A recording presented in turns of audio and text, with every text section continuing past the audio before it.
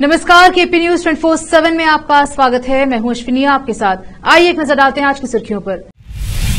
Cable television चैनलों को किसी भी समुदाय को परेशान करने वाले कार्यक्रम प्रसारित नहीं करने चाहिए, कलेक्टर गोविंद रेड्डी के निर्देश। गोंड एसटी समुदाय के नेताओं ने दिल्ली में केंद्रीय मंत्री से की मुलाकात। बेंगलुरु में कर्नाटक के मुख्यमंत्री के जनस्पंदन 2.0 में 10,000 से अधिक लोग शामिल। विशेष अदालत ने बेंगलुरु पुलिस को डिप्टी सीएम शिव कुमार के खिलाफ मामला दर्ज करने का दिया निर्देश। मोदी सरकार के व्हाइट पेपर के सामने क्या टिक पाएगा कांग्रेस का ब्लैक पेपर, पीएम बोले यह काले टीके जैसा। कांग्रेस नेता राहुल गांधी का एक और विवादित बयान, बोले पीएम मोदी ओबीसी नहीं है, तेली जाति में पैदा हुए थे।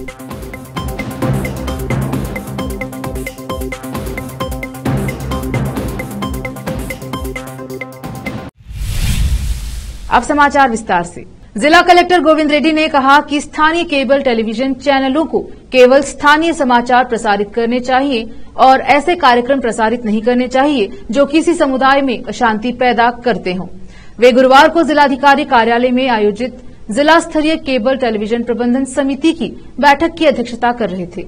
उन्होंने कहा कि टीवी पर केवल अच्छे कार्यक्रम ही प्रसारित करने चाहिए और किसी भी प्रकार की अश्लील फिल्में, ऐसे कार्यक्रम प्रसारित नहीं करने चाहिए जो समुदाय में सांप्रदायिक हिंसा पैदा करते हों, सांप्रदायिक सौहार्द को नुकसान पहुंचाते हो। यदि ऐसा कुछ किया जाता है तो केबल टेलीविजन नेटवर्क अधिनियम 1995 के तहत कानूनी कार्यवाही की जानी चाहिए। उन्होंने कहा कि कार्यक्रमों का प्रसारण इस तरह से किया जाना चाहिए जिससे जनता को परेशानी न हो और केबल टेलीविजन नेटवर्क के नियमों के अनुसार प्रसारण किया जाए। और यदि बीदर जिले में किसी भी नकली केबल टीवी के प्रसारण के बारे में जनता की ओर से कोई शिकायत मिलती है तो सख्त कार्यवाही की जाएगी। यदि केबल टेलीविजन चलाने से संबंधित कोई शिकायत है तो जनता बीदर में सूचना विभाग के सहायक निदेशक के कार्यालय में स्थित शिकायत बॉक्स में अपनी शिकायतें दर्ज कर सकती हैं। उन्होंने कहा कि यह जानकारी स्थानीय केबल टीवी पर सुर्खियों के माध्यम से जनता के ध्यान में लाई जानी चाहिए। जिला पुलिस अधीक्षक चन्नबसवन्ना एसएल ने कहा कि हाल ही में साइबर अपराध के मामलों में वृद्धि हुई है और जनता को इस बारे में सूचित करने के लिए पुलिस विभाग द्वारा आयोजित कई जागरूकता कार्यक्रमों को स्थानीय चैनलों पर प्रसारित किया जाना चाहिए ताकि लोग जागरूक हो सके। इस बैठक में कर्नल शरणप्पा सरकारी प्रथम श्रेणी महिला कॉलेज के प्रिंसिपल मनोज कुमार, शंभुल्ली वाला दोड्डी, डॉन बॉस्को इंस्टीट्यूट के प्रिंसिपल जॉर्ज, नवीन पब्लिक स्कूल की प्रिंसिपल रत्ना पाटिल, मनोवैज्ञानिक मल्लिकार्जुन एस गुड्डे, सूचना विभाग के सहायक निदेशक जी सुरेश, विजय कृष्णा व अन्य उपस्थित रहे। विशेष संवाददाता की रिपोर्ट। बीदर, कलबुर्गी और यादगीर जिलों में गोंड एसटी और कुरबा समाज के नेताओं ने वैकल्पिक शब्द कुरबा और राज्य में कुरबा समाज को शामिल करने के संबंध में केंद्रीय मंत्रियों से मुलाकात की है।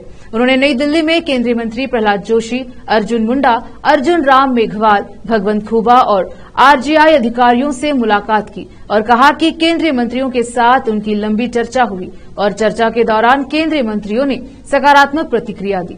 इस अवसर पर पूर्व मंत्री बंडेप्पा खाशमपुर, विधान परिषद सदस्य रघुनाथ राव मलकापुरे, गोंड और कुरबा समुदाय के नेता मल्लप्पा अड़सारे, रुद्रन्ना गुलागुली, पुरुषोत्तम और कई अन्य उपस्थित रहे। विशेष संवाददाता की रिपोर्ट।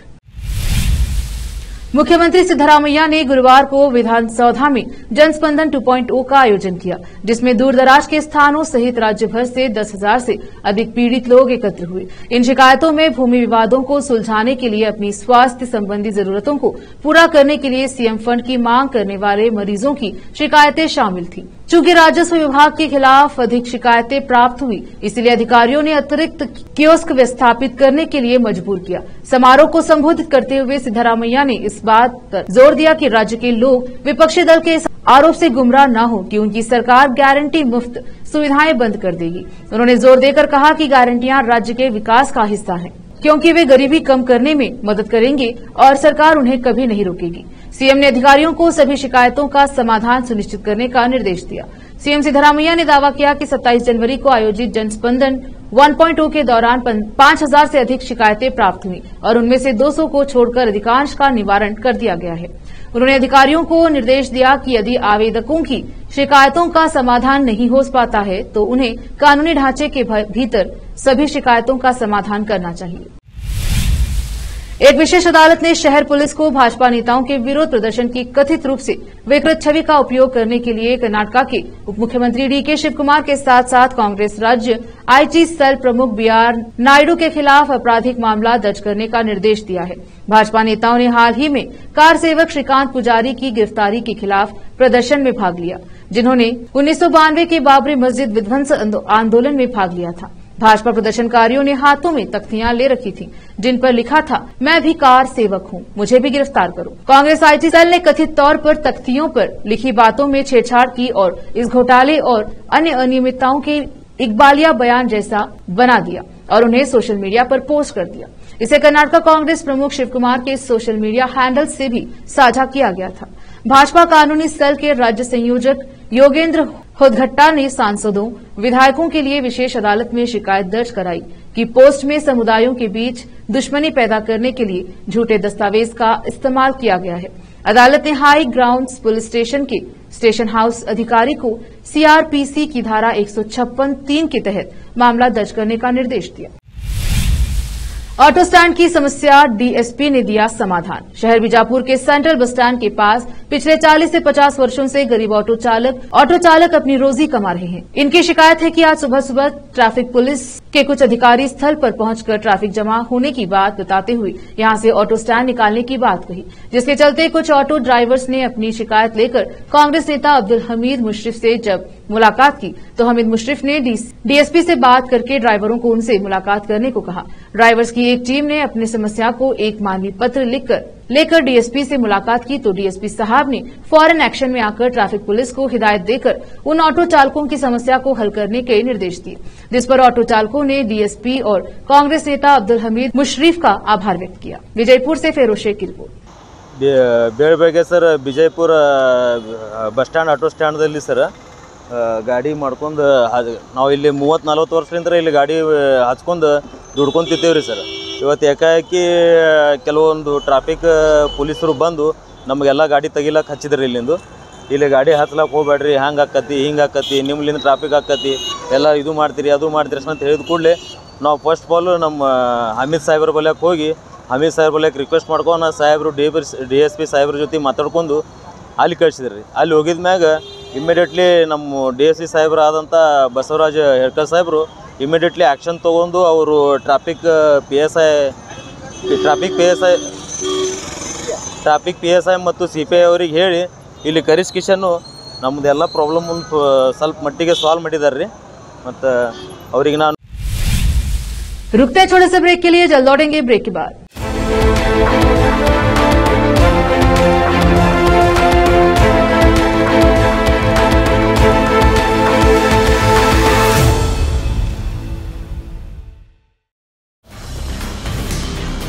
हिंदुस्तान के हर कोने में हम हैं मौजूद।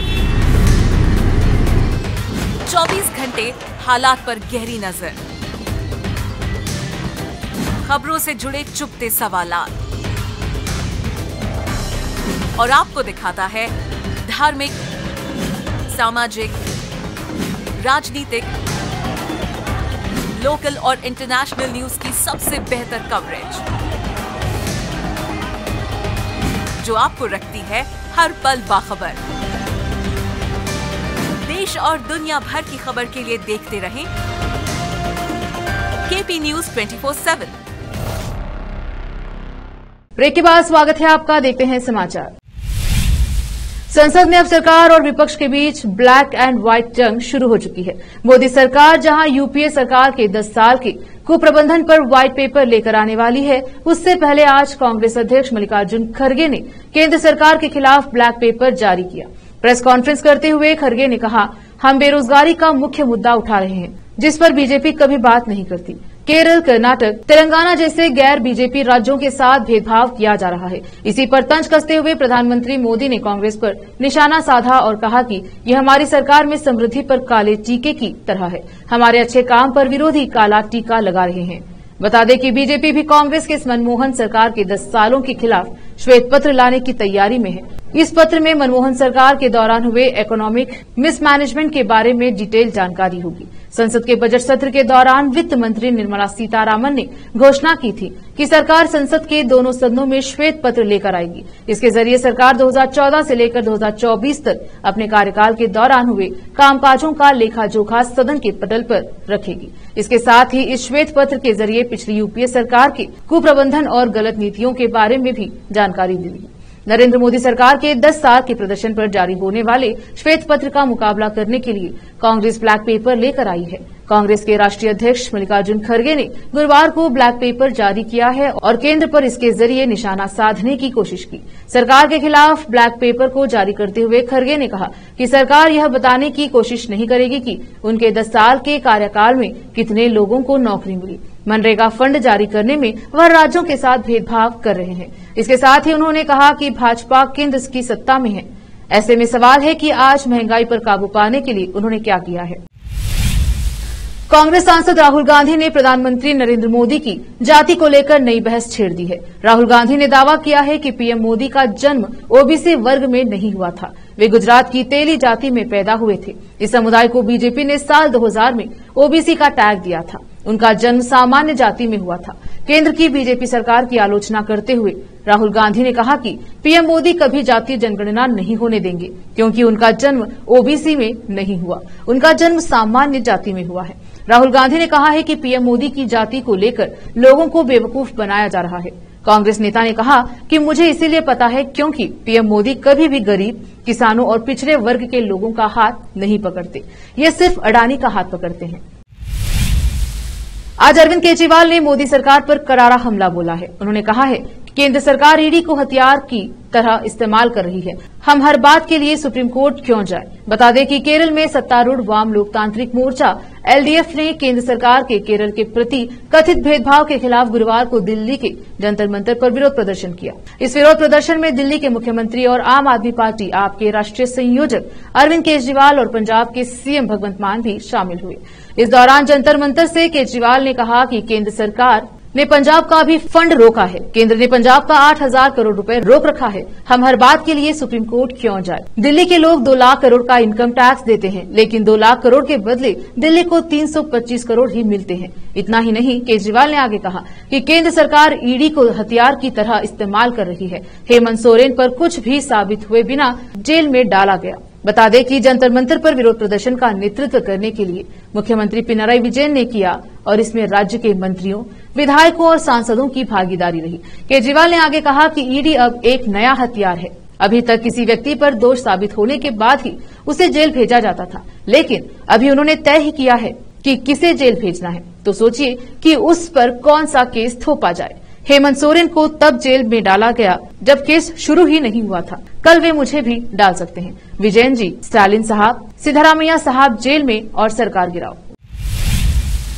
समाजवादी पार्टी के मुखिया अखिलेश यादव ने ज्ञानव्यापी के मामले पर प्रेस को संबोधित किया। इस दौरान उन्होंने बयान देते हुए कहा कि हम सब संविधान से बंधे हैं। संविधान हमें अधिकार देता है, सरकार चालाकी करती है। क्या हम किसी का अधिकार छीन सकते हैं? उन्होंने कहा कि आदेश का मतलब यह तो नहीं है कि हमारे अधिकार छीन लिए जाएं। संविधान हमें अपनी बात रखने का अधिकार देता है। मुझे उम्मीद है कि आने वाले समय में अदालत न्याय करेगी। दरअसल मीडिया कर्मियों द्वारा वजूखाने के दरवाजे को खोलने को लेकर सवाल किया गया था। इसके बाद अखिलेश यादव ने यह बयान दिया है। अखिलेश ने आगे कहा कि हम सब संविधान से बंधे हुए लोग हैं। सरकार चालबाजियां करती है और कभी चतुराई से काम करती है। क्या हम किसी के अधिकारों को छीन लेंगे? अगर न्यायालय कोई फैसला देता है तो क्या हमारे अधिकार छीन लिए जाएंगे? उन्होंने कहा कि मैंने न्यायालय पर सवाल नहीं उठाया, सवाल है सरकार की चतुराई का। क्या किसी को अगले कदम लेने पर रोका जाएगा? अगर वह किसी और न्यायालय के सामने अपनी बात रखना चाहेंगे तो नहीं रखेंगे। जो लोग सत्ता में बैठे हैं वो बाबा साहेब भीमराव अम्बेडकर के संविधान के तहत काम नहीं कर रहे हैं। मध्य प्रदेश के हरदा में पटाखा फैक्ट्री में हुए धमाके ने पूरे राज्य को दहला कर रख दिया है। जानकारी के मुताबिक हादसे में अब तक 11 लोगों की मौत हो चुकी है, जबकि 184 से ज्यादा लोग घायल हैं। इनमें से 40 गंभीर रूप से घायल हैं। फैक्ट्री मालिक राजेश और सोमेश अग्रवाल को पुलिस ने राजगढ़ जिले के सांगरपुर से गिरफ्तार किया है। हालांकि दूसरी ओर से हादसे पर भाजपा और कांग्रेस के बीच आरोप प्रत्यारोप भी शुरू हो चुके हैं। मामला इतना बढ़ गया है कि हरदा में हुए हादसे के विरोध में कांग्रेस विधायक सुतली बम की माला पहनकर विधानसभा पहुंच गए। उनके ऐसे करने से विधानसभा के बाहर हंगामा मच गया। आइए जानते हैं पूरा मामला। मध्य प्रदेश के हरदा से कांग्रेस विधायक रामकिशोर दोगने ने गुरुवार को सुतली बम की माला पहनकर विधानसभा पहुंचे। उनके नकली सुतली बम की माला पहनकर पहुंचने के चलते विधानसभा के बाहर हंगामा खड़ा हो गया। हरदा विधायक आर.के. दोगने का कहना था कि सिर्फ 4 लाख मुआवजे और कलेक्टर या सपा को हटाने से कुछ नहीं होगा, दोषियों पर कड़ी कार्यवाही होनी चाहिए। आर.के. दोगने ने आरोप लगाया कि पूर्व कृषि मंत्री और तत्कालीन विधायक कमल पटेल का संरक्षण कारखाना मालिकों को प्राप्त था। पाकिस्तान में नई सरकार बनाने के लिए मतदान जारी है। जेल में बंद पूर्व प्रधानमंत्री इमरान खान ने पोस्टल बैलेट से अपना वोट डाल दिया है। उन्होंने मतदाताओं से अधिक संख्या में वोट करने की अपील की है। इमरान खान की पत्नी बुशरा बीबी मतदान करने से चूक गई हैं। बता दें कि पूर्व प्रधानमंत्री इमरान खान सहित जेल में बंद अन्य राजनीतिक नेताओं ने भी गुरुवार को जेल से डाक मतपत्रों के माध्यम से अपना वोट डाला, क्योंकि देश में महत्वपूर्ण आम चुनाव चल रहे हैं। डॉन न्यूज की रिपोर्ट के अनुसार पूर्व प्रधानमंत्री की पत्नी बुशरा बीबी ने वोट नहीं दिया, क्योंकि उन्हें एक मामले में दोषी ठहराया गया है और डाक मतदान प्रक्रिया पूरी होने के बाद गिरफ्तार कर लिया गया। रिपोर्ट में अदियाला जेल के सूत्रों के हवाले से बुधवार को बताया गया कि जो राजनीतिक नेता मेल से वोट देने में कामयाब रहे, उनमें पूर्व विदेश मंत्री शाह महमूद कुरैशी, पंजाब के पूर्व मुख्यमंत्री चौधरी परवेज इलाही, अवामी मुस्लिम लीग के प्रमुख शेख राशिद और पूर्व सूचना मंत्री फवाद चौधरी शामिल हैं। हिंद महासागर में चीन के जासूसी जहाज घूम रहे हैं। इन जासूसी जहाजों की मौजूदगी पर भारत ने कई बार कड़ा ऐतराज जताया है। श्रीलंका के हम्बनटोटा के बाद मालदीव में जासूसी जहाजों की मौजूदगी जैसी खबरों के बीच भारत को हिंद महासागर में बड़ी कूटनीतिक कामयाबी मिली। भारत को ओमान में एक रणनीतिक रूप से महत्वपूर्ण बंदरगाह तक सीधी पहुंच मिली है। इससे फारस की खाड़ी से होने वाले व्यापार में बहुत सहूलियत मिलने की उम्मीद है। भारत को डुक्म बंदरगाह की कमान ओमान के सुल्तान हैतम बिन तारिक की नई दिल्ली यात्रा के 2 महीने से भी कम समय के अंदर सौंपी गई है। डुक्म बंदरगाह रणनीतिक रूप से काफी महत्वपूर्ण है। इससे पश्चिम और दक्षिण हिंद महासागर क्षेत्र में भारत की भूमिका को बढ़ाने में मदद मिलेगी। यह कदम लाल सागर और पश्चिम हिंद महासागर क्षेत्र में चल रहे संकट के बीच भारतीय नौसेना की भूमिका को भी बढ़ा सकता है। डुक्म बंदरगाह मुंबई से पश्चिम की ओर एक सीध में स्थित है। ऐसे में भारत ओमान के डुक्म बंदरगाह के जरिए अपने माल को आसानी से जमीनी रास्ते से सऊदी अरब और उससे भी आगे पहुंचा सकता है। इससे अदन की खाड़ी और लाल सागर से सटे इलाकों में हुती विद्रोहियों के हमलों से भी निपटा जा सकेगा। फिर से एक नजर आज की सुर्खियों पर। केबल टेलीविजन चैनलों को किसी भी समुदाय को परेशान करने वाले कार्यक्रम प्रसारित नहीं करने चाहिए, कलेक्टर गोविंद रेड्डी के निर्देश। गोंड एसटी समुदाय के नेताओं ने दिल्ली में केंद्रीय मंत्री से की मुलाकात। बेंगलुरु में कर्नाटक के मुख्यमंत्री के जनस्पंदन 2.0 में 10,000 से अधिक लोग शामिल। विशेष अदालत ने बेंगलुरु पुलिस को डिप्टी सीएम शिव कुमार के खिलाफ मामला दर्ज करने का दिया निर्देश। मोदी सरकार के व्हाइट पेपर के सामने क्या टिक पाएगा कांग्रेस का ब्लैक पेपर, पीएम बोले यह काले टीके जैसा। कांग्रेस नेता राहुल गांधी का एक और विवादित बयान, बोले पीएम मोदी ओबीसी नहीं है, तेली जाति में पैदा हुए थे।